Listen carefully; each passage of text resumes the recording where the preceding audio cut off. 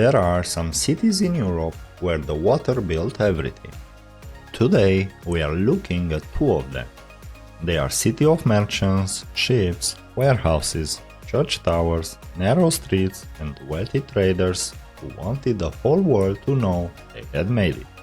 One is Bruges, Belgium's fairytale city, defined by quiet canals, cobblestones, chocolate shops, and one of the most perfectly preserved medieval centers in Europe.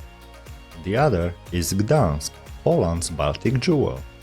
It is a city of colorful facades, amber workshops, historic riverfront cranes, and a history so dramatic it feels almost impossible that it stands this beautifully today.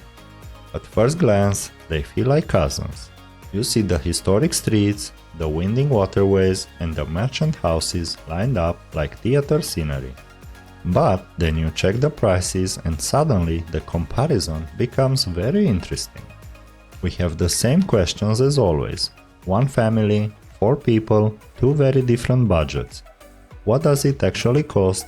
What do the kids get out of it? And which one is right for your next family trip? Let's find out. We start as usual with the vibe and when to go. Gdansk doesn't look the way people expect Poland to look. The first time you walk down Długa Street toward the Long Market, it feels completely theatrical. You are met with tall, narrow facades in soft colors and golden details, with Neptune's fountain standing in the center, a reminder that this was a port that always looked outward toward Europe. Then you reach the Motlava River and the city opens up. The old crane stands there, dark and wooden, built into the riverside like something from another century, and suddenly Gdansk makes sense. This was a Hanseatic merchant city, a Baltic trading power, a place where grain, timber, amber, ships, and ideas moved through the water. Bruges feels softer at first. It is quieter, more polished, more dreamlike. The market square, the belfry, the canals, the white swans gliding beside brick houses make Bruges look like a city that was designed for postcards before they even existed. But that prettiness can fool you. Bruges was not built as a cute weekend destination. It was one of the great commercial capitals of medieval Europe. Money came through these canals because foreign merchants came here to trade. Art, banking, textiles, and politics all passed through this compact little city. The difference is in the atmosphere. Gdansk feels alive, windy, Baltic, and slightly rough around the edges in the best possible way. Bruges feels preserved, controlled, romantic, and almost too perfect to be real. Both are best visited in May, June, or September. Gdansk in summer is beautiful, especially because you can combine the old town with the Baltic coast, Sopot, or the beaches nearby. July and August are busy but still manageable compared with Western Europe. Bruges in July and August is extremely popular. Day trippers arrive in waves, especially between late morning and late afternoon. If you go in peak season, stay overnight. Bruges is at its best early in the morning and after the tour groups leave. Let's get now into the wallet test.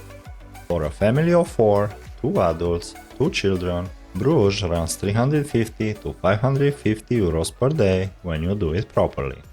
Central family accommodation easily lands between 180 and 300 euros per night in peak season. The famous Belfry Tower of Bruges costs 16 euros per adult and 14 euros for kids, meaning a family climb tops 60 euros before you even step outside. A classic canal boat rides adds another 48 euros. By the time you sit down for a mid-range dinner near the historic center, expect to spend around 140 to 190 euros. Bruges is undeniably beautiful, but it is no longer a casual budget destination. Gdansk for the exact same family? Just 180 to 300 euros per day, all in. central, family-friendly hotels average 100 to 180 euros per night. The real magic happens with activities. A family ticket to the world-class European Solidarity Center costs about 27 euros, while a family entry to the magnificent Museum of the Second World War is just 17 euros. Follow that up with a massive traditional Polish dinner for the whole group for 60 to 100 euros. This is where Gdansk wins quietly. It never feels cheap or like a budget compromise. The architecture is stunning, the riverfront is vibrant, and the culture is world-class. It is a proper European powerhouse destination, just at a fraction of the cost. One practical tip for both cities. Your phone is everything on a trip like this. It is your map, your ticket, translator, and camera. By day 2, every family hits the same wall. Cables dangling at the bottom of the bag, missing power banks, and dead batteries. For quick city breaks, a compact tech travel organizer is a lifesaver. Keep your chargers, cables, and power bank zipped up in one reliable spot. It isn't glamorous, but you'll be incredibly grateful for it when your battery hits 9% and you still need the map back to your hotel. I leave the link in the description for the tech organizer we use. Now let's see how they compare from the family perspective. Gdansk is surprisingly strong for families because it offers variety. You aren't just dragging kids from one old building to another. You can explore the historic royal route in the morning, grab pierogi for lunch, and then use the city's ultimate reset button, the water. The Motlava River gives the city constant movement, and the Baltic Sea is close enough for a quick escape. Adding a half-day trip to nearby Sopot, with its massive wooden pier and sandy beaches, transforms into a beach and city hybrid vacation. For older kids, the world-class European Solidarity Center opens up profound, meaningful conversation about the movement that reshaped modern Europe. Bruges, on the other hand, is an easy win for younger children. The classic canal boat ride is pure magic. 30 minutes of gliding past low bridges, historic brick houses, and floating swans. Kids don't need to understand the history to fall in love with the scenery.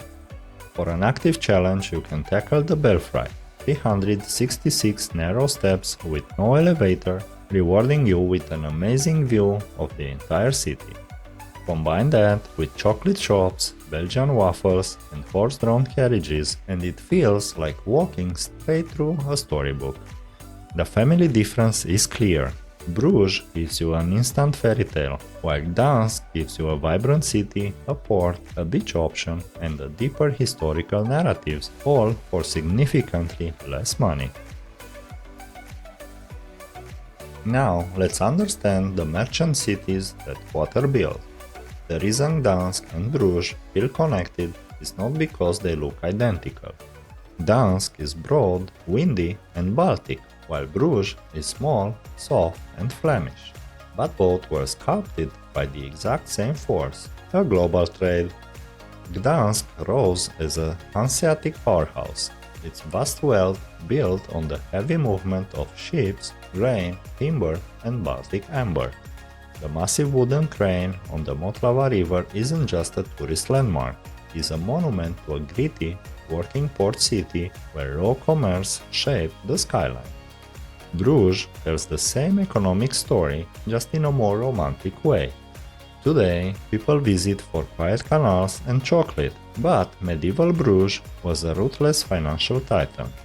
It served as the primary trading bridge between northern and southern European markets, using its immense wealth to fund breathtaking art, architecture, and civic pride. The fascinating twist is what happened next. Bruges' trading power eventually declined, and that economic stagnation is exactly what froze its medieval heart in a pristine time capsule. Gdansk went through the exact opposite. It was contested, heavily damaged, and meticulously rebuilt. Its beauty today is a triumph of absolute recovery, not just passive preservation. Ultimately, Bruges feels like time stopped, and Gdansk feels like time hit it hard but stood right back up. For families, Bruges is instantly easier to fall in love with at first glance, but Gdansk gives you far more to talk about on the journey home. Let's see now how to choose and which one is best for your family. Choose Gdansk if your family wants beauty, history and the Baltic seaside escape without paying Western Europe prices. It is ideal for a rich city break that still leaves room in the budget for premium meals, world-class museums and day trips to Sopot. It works beautifully for curious older children who can appreciate real historical and emotional depth. Choose Bruges if you want the absolute fairytale version of Northern Europe. If your children are younger, if you want a compact city that feels magical instantly, and if your budget allows for a more expensive, highly polished experience, it's hard to beat. It is a place where you can do very little and still feel like the vacation is perfectly delivered. If the ultimate question is value, Gdansk wins. Not because Bruges is overrated, because it is wonderful, but Gdansk gives you the same classic merchant city atmosphere, vibrant waterfront and colorful streets at a fraction of the cost. Bruges is the fairy tale, while Gdansk is the discovery. And sometimes discovery makes for a much better family story. With that, we are at the end of the 4th episode. Gdansk versus Bruges, two merchant cities shaped by water, trade and history, but with very different prices once your family actually arrives. Next week, we are going south again, exploring lakes in the Balkans and northern Italy. Ohrid in North Macedonia goes up against Lake Garda. Two beautiful European lakes, two completely different levels of fame, and one of the biggest family travel price gaps in the entire series. Make sure to subscribe so you don't miss it. Also, drop a comment below. Would you choose Bruges for the fairy tale or Gdansk for the discovery? I read every single one. Thank you for watching. See you all next week.